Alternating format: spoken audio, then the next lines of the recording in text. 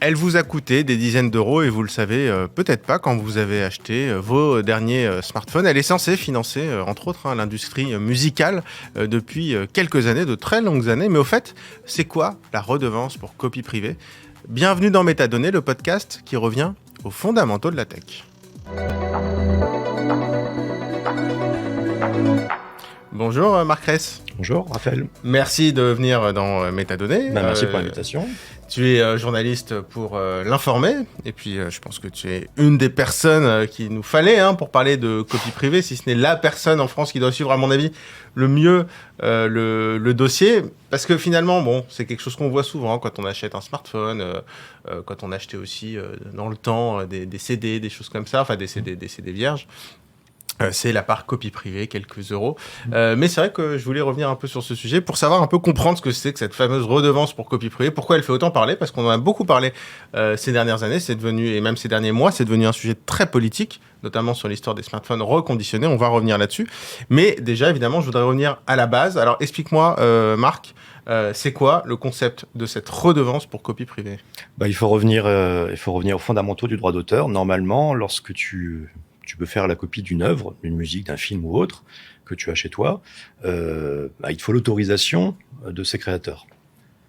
Évidemment, c'est pas possible. C'est-à-dire qu'on ne peut pas imaginer 60-70 millions de personnes qui viennent demander à chaque auteur l'autorisation de copier. Donc, ce qui a été prévu, ça a été l'instauration d'une espèce de forfait qui est une indemnisation aussi et qui autorise ou qui offre la liberté à chacun de réaliser ses copies d'œuvres. Donc, d'un côté, on a la liberté de réaliser ses copies d'œuvres, c'est une exception au droit d'auteur ou une exception au monopole du droit d'auteur, mais en compensation de cette exception, chacun paye une somme qui va varier suivant les supports. Ce que j'appelle support, c'est téléphone, tablette, évidemment, disque dur externe, box, clé. Dès qu'il y a du stockage, Dès qu'il y a du stockage. Donc, c'est tout. Le champ, il est très vaste. C'est tous les supports, sauf les ordinateurs. Donc, à chaque fois, il y a des petites sommes qui sont prélevées. Enfin, par exemple, au niveau des montants, sur un DVD vierge, bon, le support est aujourd'hui complètement mort. Personne n'utilise ça. À l'époque, dans les années, on va dire 2010, il fallait compter entre 90 centimes hors taxe par DVD. C'est beaucoup parce que un DVD, c'est beaucoup, mais c'est plus cher que le prix du DVD.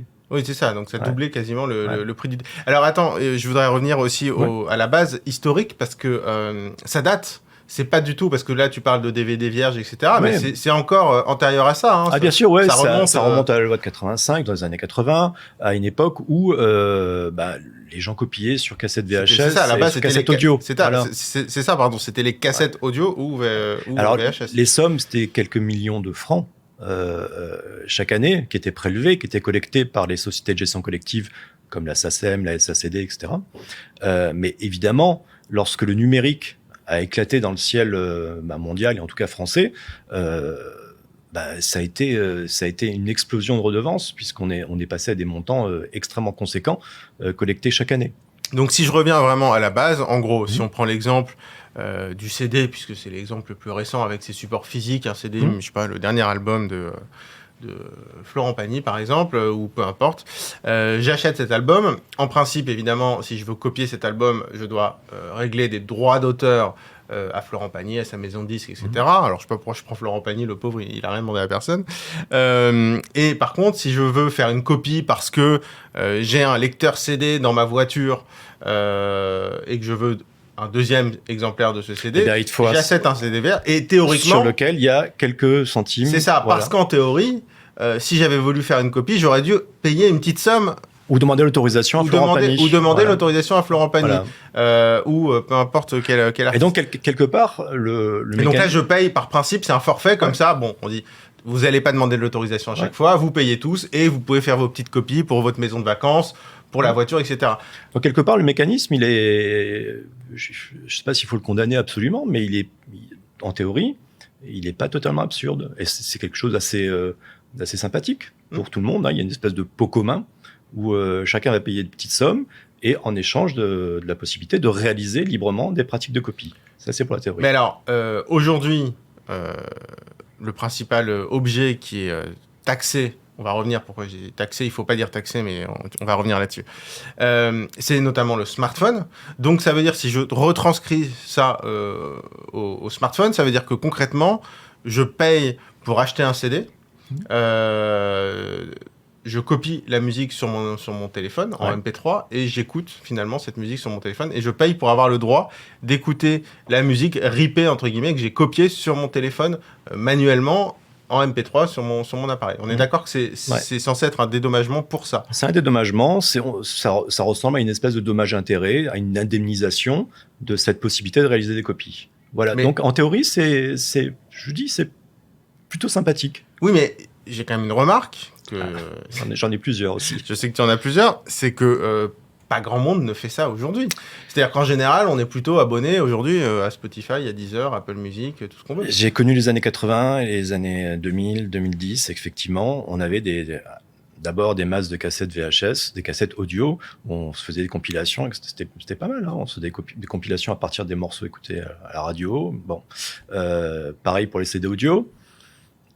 Aujourd'hui, on a glissé d'une économie du stock, c'est-à-dire on stockait des fichiers, on stockait beaucoup de fichiers, on avait une bibliothèque de fichiers, à une économie de flux. Donc les pratiques ont complètement changé.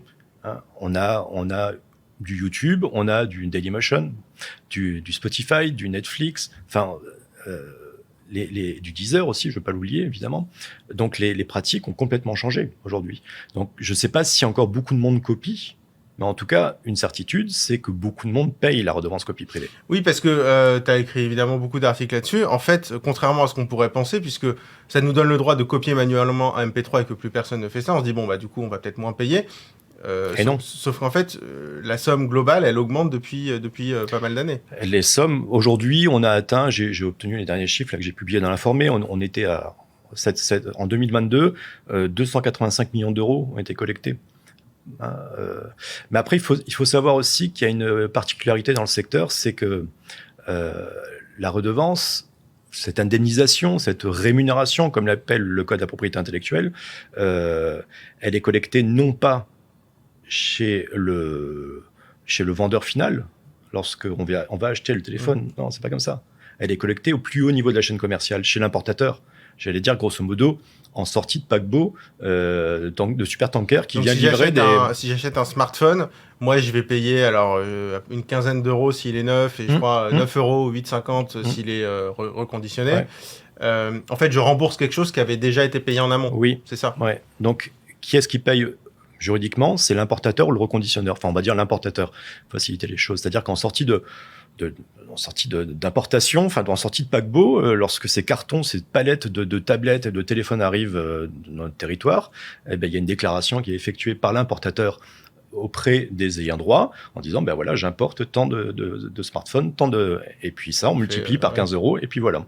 Mais après, il faut comprendre aussi une chose, c'est que la redevance copie privée, qui est la liberté qui est offerte à chaque personne physique de réaliser des copies, hein, eh bien, finalement, cette redevance copie privée, elle va s'appliquer à beaucoup de monde.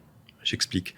Lorsque vous prélevez la redevance copie privée au plus haut niveau de la chaîne commerciale, lors de l'importation, l'importateur, lui, ne sait pas si ce smartphone, cette tablette va tomber dans les mains de monsieur ou madame Michu, hein, d'un particulier comme toi et moi, ou dans les mains d'un laboratoire d'analyse médicale, d'une grande société, d'un artisan, d'un avocat, d'un comptable. L'importateur ne sait pas. Il ne peut pas deviner.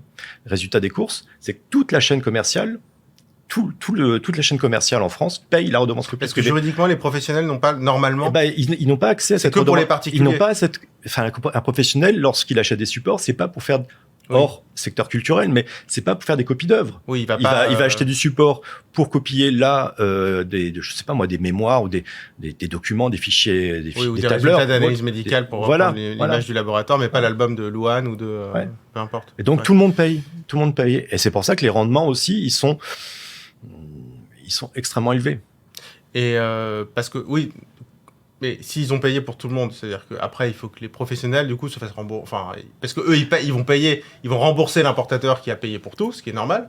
Et donc après, ils se font rembourser, c'est ça? Et là, on devine assez facilement l'usine à gaz qui se développe devant nous. L'expression, elle est peut-être malheureuse, mais je l'assume. L'usine à gaz, c'est-à-dire que tous les professionnels vont payer la redevance copie privée parce qu'ils vont acheter des supports dans telle ou telle boutique. Bon. Et en plus, après, ils vont devoir se lancer dans une procédure de remboursement pour récupérer la somme qu'ils n'avaient pas à payer. Et donc, évidemment, c'est un peu dissuasif. C'est-à-dire que si vous lancez dans une procédure de remboursement qui va vous prendre 2 heures, 3 heures. Parce que c'est quoi? C'est compliqué de se faire rembourser? Il y a un service en ligne, j'imagine? Il y a un service en ligne, mais il y a du formulaire, il y a des données à rentrer. Oui, donc ça coûte de l'argent. Ça coûte du temps. Il faut mettre quelqu'un qui ça coûte du temps, donc ça coûte de l'argent. Et parfois, le montant, quand on a un petit artisan, par exemple, le montant, il est évidemment plus élevé que le chiffre d'affaires qu'il pourrait récupérer pendant ce temps-là en réparant une voiture ou une tuyauterie. Ouais. Et alors, au niveau global, tout ça, on est sur quel montant? 285 millions d'euros chaque année. Et les montants... Mais par exemple, sur les smartphones, parce que je crois que c'est quasiment maintenant l'essentiel des revenus. Alors, ça se divise comment, en fait, selon les différents supports? Tout à fait, ouais. Donc, au niveau de la ventilation des ressources, ce sont les smartphones et les tablettes qui rapportent le plus. On est à autour de 70-80% même. Donc, les autres supports, ils sont devenus complètement résiduels. Les clés USB, les cartes mémoire ou autres, donc mais qui sont toujours assujettis. Mais du coup, on comprend bien aussi pourquoi il y a eu une volonté d'assujettir les smartphones reconditionnés, parce que là, il y avait un trou dans la raquette, puisque le marché du reconditionné est en plein essor. Donc, les smartphones, c'est le principal revenu. Donc, c'est vrai que les ayants droit, ils se sont dit, on va aller essayer d'appliquer la redevance au smartphone reconditionné. Alors, si le smartphone reconditionné avait d'abord été vendu en France, c'est vrai qu'on se dit, il aurait été taxé, entre guillemets, 2 fois. Il y a une grosse bataille politique. Oui, ou plus. Et il y a une grosse bataille politique entre, notamment à l'époque, l'année dernière, Roselyne Bachelot et Cédric O, qui étaient ministres du numérique. Et puis, c'est Roselyne Bachelot qui a gagné, puisque ça a été décidé, hein, ça a été appliqué. Maintenant, on paye aussi sur un smartphone reconditionné. Oui, on paye aussi sur un smartphone reconditionné. Et l'épisode, il est assez symptomatique. C'est-à-dire que le dispositif, cette extension de la redevance à ces téléphones remis sur le marché, a été adopté dans le cadre d'une loi visant à réduire l'empreinte environnementale du numérique. Et c'est une performance en termes de lobbying, c'est une performance absolue. C'était une loi pour faire la promotion du reconditionné. Ils ont réussi ils ont mis une nouvelle redevance sur le reconditionné. Donc, cette loi visant à réduire l'empreinte environnementale du numérique, elle a aussi permis d'augmenter l'empreinte culturelle sur le numérique. Et alors, moi, la question que je me pose, c'est donc là, on parle des montants. Alors, déjà, avant, je voudrais revenir sur le mot redevance et pas taxe. Parce que souvent, on dit la taxe copie privée et on se fait reprendre. Non, c'est pas une taxe, c'est une redevance. Est-ce que tu peux revenir rapidement sur cette différence qui est assez importante, qui est juridique Oui, alors c'est effectivement vrai. Juridiquement, c'est pas une taxe. Parce que la taxe a une nature fiscale. On va avoir des taxes qui vont être adoptées dans le cadre de la loi de finances, qui est une loi qui est adoptée après des débats parlementaires qui sont ouverts, qui sont documentés, on a des débats qui sont filmés, donc on a toute cette transparence qui est là. Là, juridiquement, on est plus proche d'une indemnisation, on appelle ça une redevance, mais les ayants droit appellent ça une rémunération, c'est ainsi qu'ils l'ont fait inscrire dans le Code de la propriété intellectuelle, mais très juridiquement et même économiquement, c'est une indemnisation. Voilà, c'est une indemnisation. C'est pour non-paiement des droits d'auteur, en fait. Parce que là aussi, il faut bien comprendre aussi, c'est que si on avait une taxe, normalement, la taxe, elle tombe là aussi dans le pot commun, c'est-à-dire dans le budget public. Là, non. Ces sommes, ces 285 millions d'euros qui ont été prélevés l'an passé, sont perçus par les sociétés de gestion collective, les sociétés de perception et de répartition des droits. Ça passe jamais dans les caisses de l'État, en fait. Indirectement, puisqu'il y a la TVA qui tombe dessus. C'est-à-dire que lorsque vous avez 14 euros hors taxe sur un téléphone, 20% de cette redevance qui va dans les caisses de l'État, puisque ça gonfle le prix hors taxe.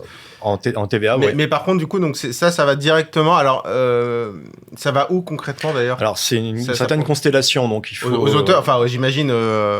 Pour reprendre les exemples, à Florent Pagny, à Louane, j'espère et j'espère aussi aux artistes indépendants, c'est plus compliqué. Oui, bien sûr, c'est plus compliqué que ça. Il faut un peu aimer l'astronomie parce qu'il y a une certaine constellation de sociétés de gestion collective. Alors c'est pas diffamatoire ce que je dis, c'est la commission de contrôle des sociétés de gestion collective qui appelait ça ainsi. C'est Copy-France, qui est une société de gestion collective. Copy-France, qui était la société de gestion collective, qui est en charge de collecter la redevance. C'est 285 millions d'euros. Ensuite, elle va ventiler ces sommes en fonction de toutes les autres sociétés de gestion collective qui sont derrière. SACEM, alors il y a beaucoup d'abréviations, SACEM, SACD, Spedidam, SCPPF, SCPP, Adami, etc. Oui, donc c'est des sociétés qui gèrent les droits d'auteur. Et après, celles-ci, dans leurs domaines respectifs, ici les producteurs de musique, là le cinéma, là les producteurs etc., tous les auteurs aussi, évidemment, les musiciens, eh bien, vont répartir auprès de leur univers. Comment ils appliquent, je sais pas, un ratio? Il y a un ratio qui est prévu. Il y a des opérations, il y a du 1 tiers, etc. Il y a un ratio qui est prévu dans le code de la propriété intellectuelle. Alors ça, c'est la logique normale. Sauf que les sociétés de gestion collective ne répartissent pas 100% des droits de ces 285 millions dans les poches directes des membres de leur catalogue, enfin des ayants droit qu'ils représentent. Il y a aussi 25% de la redevance copie privée, donc 25% de 285 millions d'euros. Et ça commence à chiffrer, là. Ça commence à chiffrer, qui est conservé par les sociétés de gestion collective. Et ça, c'est le code de la propriété intellectuelle qui leur demande, et ils ont l'obligation de le faire, afin de financer les festivals, les actions culturelles, voilà. Ce qui est quelque part assez... alors, c'est un choix, mais... Ça un choix. Peut être aussi, il y a aussi pour encourager le spectacle vivant. Ouais. Et donc, ces sommes-là sont distribuées. Donc, il y a tant de sommes qui tombent pour financer tel festival relatif au cinéma, à la musique, à Rock en scène ou autre. J'ai pas la liste en tête. Donc ça sert quand même aussi, cette redevance copie privée, à financer des festivals, et en plus de rémunérer les artistes. Et c'est pour ça aussi que, d'expérience, dès lors qu'on commence à soulever le couvercle et qu'on s'interroge sur tel mécanisme, etc., on doute peut-être, avec des arguments étayés.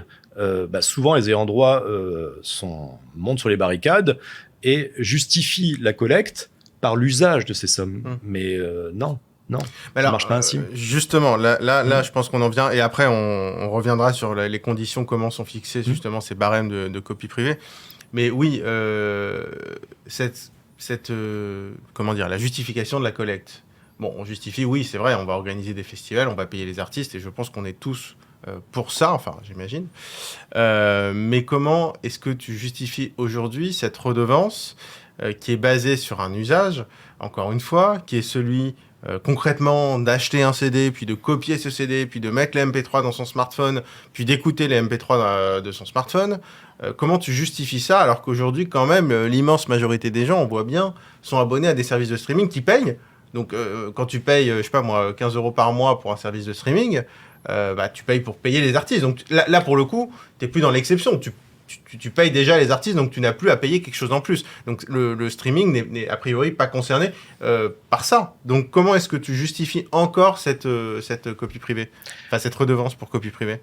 Alors, je la justifie déjà légalement, la loi est ainsi. Oui, bien sûr. Après, tout cela s'explique par les mécanismes qui visent à l'adoption des barèmes, c'est-à-dire les montants et les tarifs qui sont appliqués sur, ici le téléphone, là la tablette. C'est une commission administrative qui va faire des études d'usage. Donc, c'est-à-dire qu'on prend un panel de 1000 personnes environ et on tend un micro et on leur demande: est-ce que vous copiez des œuvres? Est-ce que vous récupérez des fichiers sur Internet? Est-ce que vous faites ceci? Est-ce que vous faites cela? Est-ce que vous téléchargez sur les réseaux peer-to-peer? Bon. Donc il y a quand même une volonté de savoir ce qui est la réalité, et donc les organismes qui gèrent ça, enfin qui gèrent la redevance, j'imagine c'est la commission copie privée qui fait ça.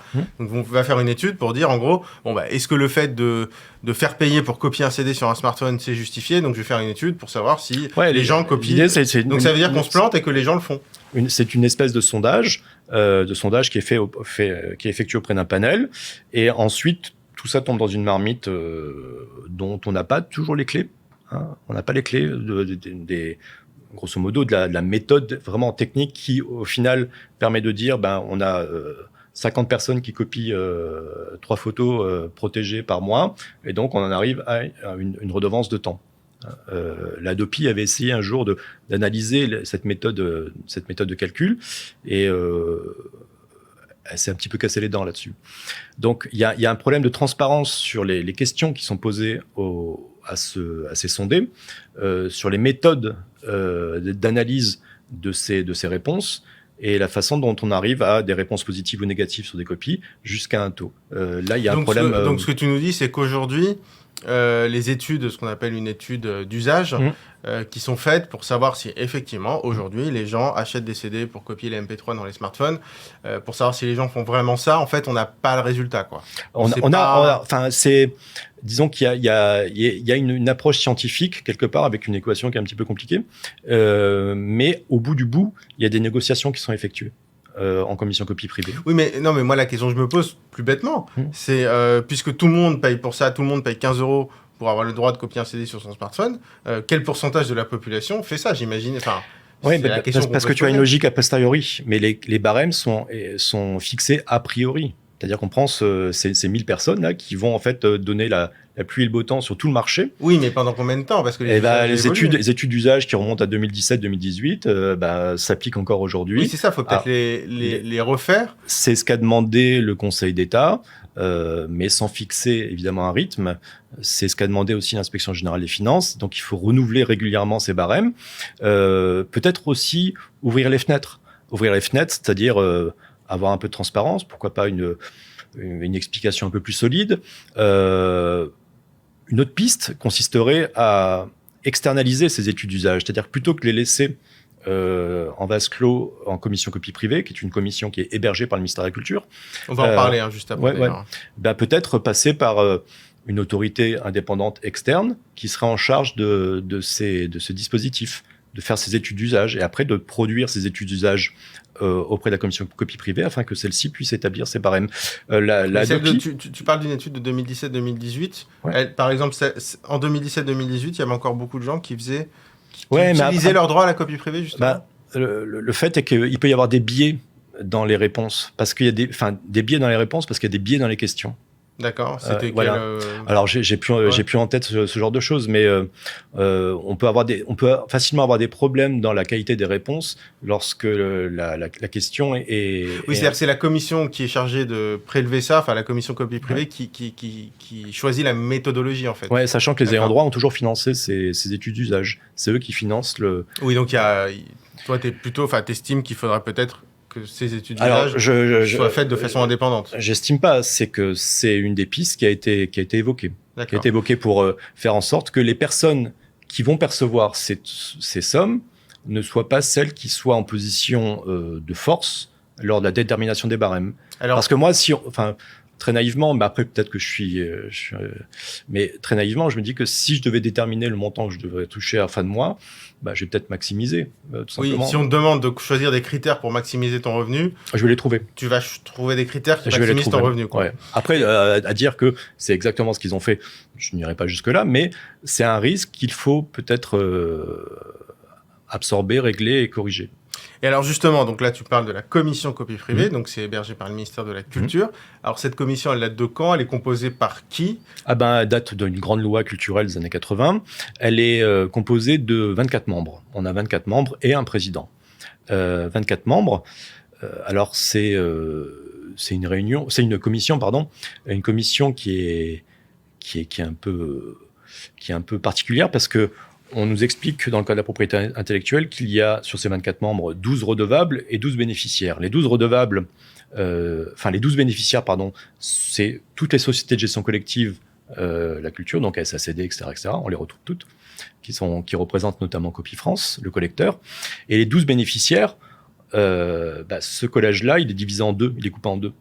Donc tu as 12 sièges. Les 12 plutôt qui payent. Les 12 redevables, ouais. Redevables. Les 12 redevables, on a 6 consommateurs, 6 représentants des consommateurs et 6 représentants des industriels. Ce qui paraît plutôt être une représentation équilibrée, non? Enfin, je sais pas, moi. Je sais pas. Pour moi, c'est divisé en deux, quoi. C'est divisé en deux. Puis après, il y a une des divisions en deux qui est divisée, elle aussi, en deux. Oui, c'est-à-dire qu'on a 12, 6, 6. Oui. Ce qui veut dire par là, c'est que je sais pas, mais est-ce que les intérêts d'une association de consommateurs vont être absolument les mêmes que celles de la Fédération française des télécoms? Je suis pas sûr. Je suis pas sûr. Voilà. Et d'autant plus que... Mais sur le sujet de la copie privée, ce qui est sûr, c'est qu'il y en a 12 qui reçoivent de l'argent et 12 qui payent de l'argent. 12 qui payent, oui, mais pour la détermination des votes, les industriels n'ont que 6 sièges, les consommateurs n'ont que 6 sièges, et ils ne sont pas en position de peser. Oui, tu veux dire que c'est divisé pour mieux régner, quoi. Ils ne sont pas en position de régner. D'autant plus que les ayants droit n'ont besoin que d'une seule voix de l'autre camp, d'un des deux autres camps, pour remporter la mise, quelque part. Ah oui, hein oui. Et parmi les consommateurs, on en a certains qui viennent du secteur culturel, justement, qui représentent les consommateurs de la culture. Oui, alors c'est ce que j'allais te demander. Pourquoi pas mais comment sont choisis les consommateurs? Est-ce que moi, je peux être... la commission. Alors, il faut peut-être avoir ses entrées, parce que c'est un arrêté du ministère de la Culture qui est co-signé avec Bercy, qui vient déterminer la liste des membres. Mais comment, sur quels critères tu choisis 6 consommateurs? Sur la représentativité, sur le fait de la disponibilité aussi, parce que actuellement on n'a plus beaucoup d'associations d'importance. Enfin, on n'a plus la CLCV, consommation, logement, cadre de vie. L'UFC Que Choisir n'est plus là. Elles ont toutes claqué les portes. Parce qu'elles estimaient que leur intervention était complètement diluée. C'est-à-dire qu'elles avaient beau porter une voix, porter des arguments, ils étaient complètement noyés dans cette bassine.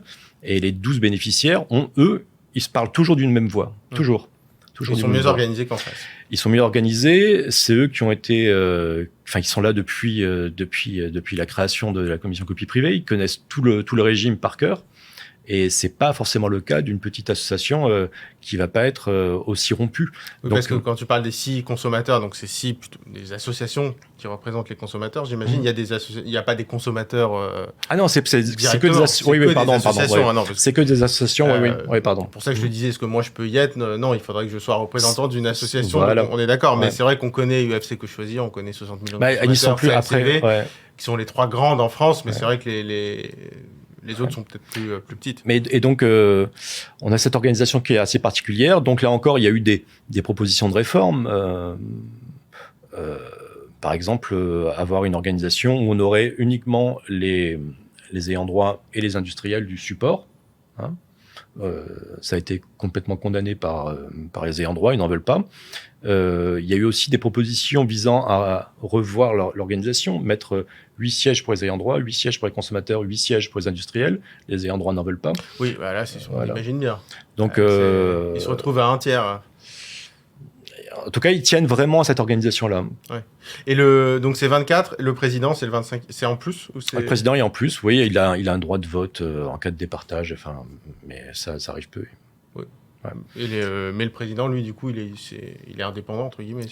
Il est indépendant, oui. Il est indépendant. Oui. Et alors, moi, il y a une question que je me pose aussi, c'est finalement, on est un peu dans l'actualité, puisque on a parlé récemment, c'est le président d'ailleurs Emmanuel Macron qui a parlé d'une taxe sur le streaming.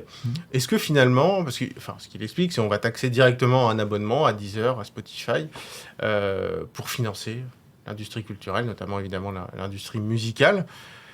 Est-ce que finalement c'est pas plus réaliste? C'est-à-dire qu'au moins c'est plus assumé, on taxe le streaming parce qu'on veut financer l'industrie musicale, mais au moins on taxe quelque chose qui est vraiment utilisé, plutôt que d'utiliser cette copie privée, cette redevance copie privée, qui semble quand même, encore une fois, il faudra attendre des études d'usage. Peut-être que mon avis est totalement faux et que plein de gens copient des MP3 sur leur smartphone. J'ai pas l'impression que c'est ce qui est fait massivement.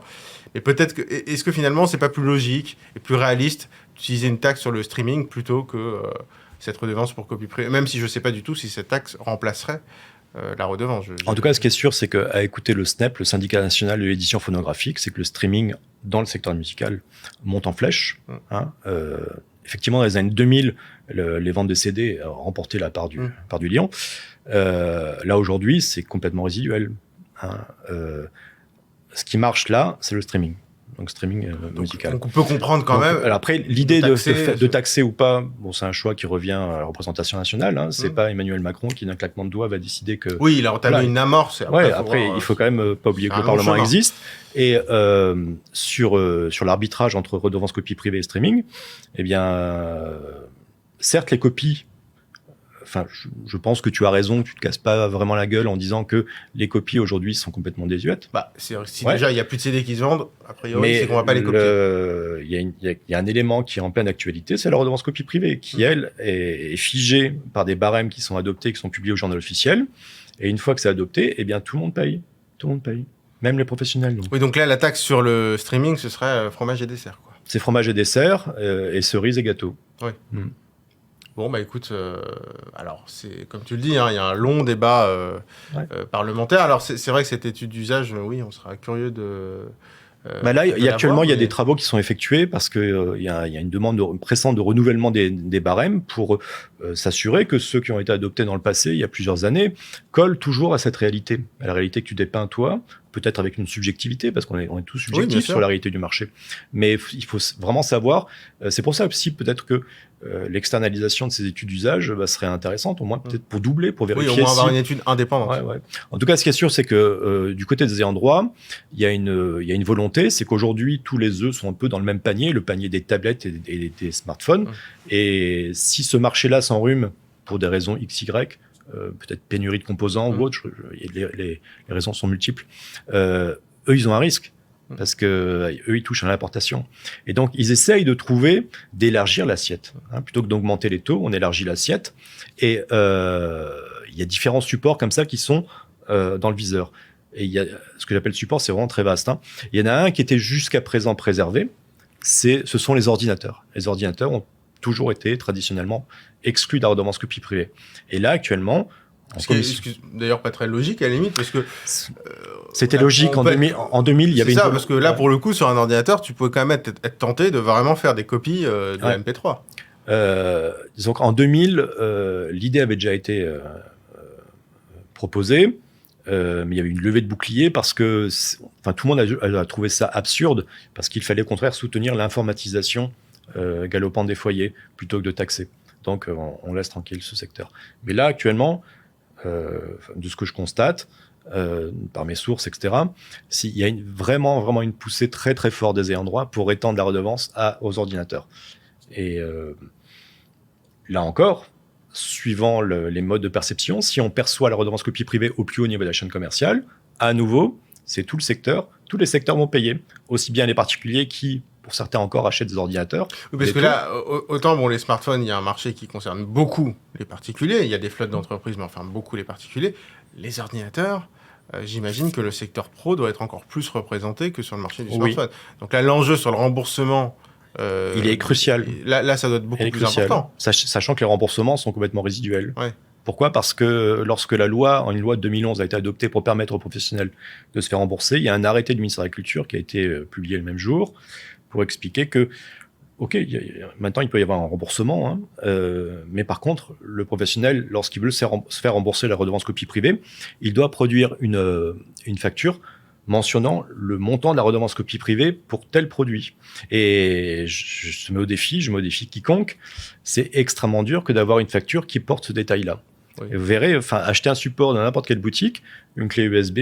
on a rarement le montant de la redevance copie privée. Il n'y a que quelques grands distributeurs qui le font. Voilà. Et l'autre support qui est en cible, ça va être c'est la pose du direct. Alors, la pose du direct, quel est le rapport avec la copie privée ? En fait, les ayants droit sont en bataille. Je rappelle ce que c'est la pose du direct. La pose du direct, tout à fait, c'est le fait d'être sur son canapé, de regarder sur MyCanal, Molotov, de regarder BFM, toute la journée, et puis à un moment donné d'appuyer sur pause pour aller s'occuper, pour aller se faire un café. Pour zapper la pub. Ou aller au petit coin, parce que ça arrive parfois. Eh bien, cette mise en pause, quand on appuie sur le bouton pause, le flux du direct, il est envoyé sur une zone mémoire, le temps que la personne revienne, et appuie sur play ou pause, afin de relancer le flux.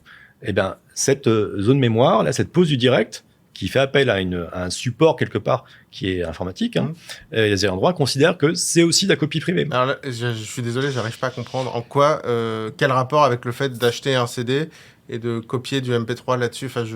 Eh bien, tous les contenus qui sont diffusés, par exemple, si c'est un film, on fait une pause sur un film, le film est protégé par les droits d'auteur, par les droits voisins, par les droits d'auteur. Et donc, cette mise en pause, ils considèrent... Mais j'en fais pas une copie ? Il y a une copie qui est effectuée techniquement sur la box, notamment sur la partie vidéo de la box, et en zone mémoire, et eux, ils considèrent que c'est de la redondance copie privée. Alors, le dossier, ça peut choquer, ça peut surprendre, d'autres vont considérer ça tout à fait normal. En tout cas, c'est à la justice de trancher ce point-là, mais il y a vraiment un bras de fer qui est organisé. D'accord, donc une taxe sur la pause pipi, quoi. Grosso modo, ouais, c'est ainsi que je l'avais appelé. Ah et, bon, tu vois comme quoi. Bon, la planète s'aligne. Bah écoute, je suis curieux de voir comment ça s'appliquerait. Écoute, merci beaucoup, Marc, d'être venu nous parler de la copie privée, redevance pour copie privée, un très très vaste sujet. Alors ça fait des décennies maintenant, hein. Je ne sais pas combien de temps on en entendra parler encore. Non, ça fait 15 ans que je rédige, non plus, mais presque 20 ans que je rédige dessus, et je tombe de ma chaise à chaque fois. Écoute, la taxe sur la pause pipi, je t'avoue que je l'avais pas vu venir. Enfin, la redevance sur la pause pipi, je l'avais pas vu venir. Merci Marc Rest, je rappelle, hein, tu es journaliste à l'Informé. Merci d'être venu dans Métadonnées. Et évidemment, vous pouvez retrouver cet épisode, comme tous les épisodes, sur toutes les plateformes de podcast, hein, Apple, Spotify, Deezer. Évidemment aussi, vous retrouvez cet épisode en vidéo sur le site Tech & Co ou encore sur YouTube. Merci beaucoup d'avoir suivi Métadonnées.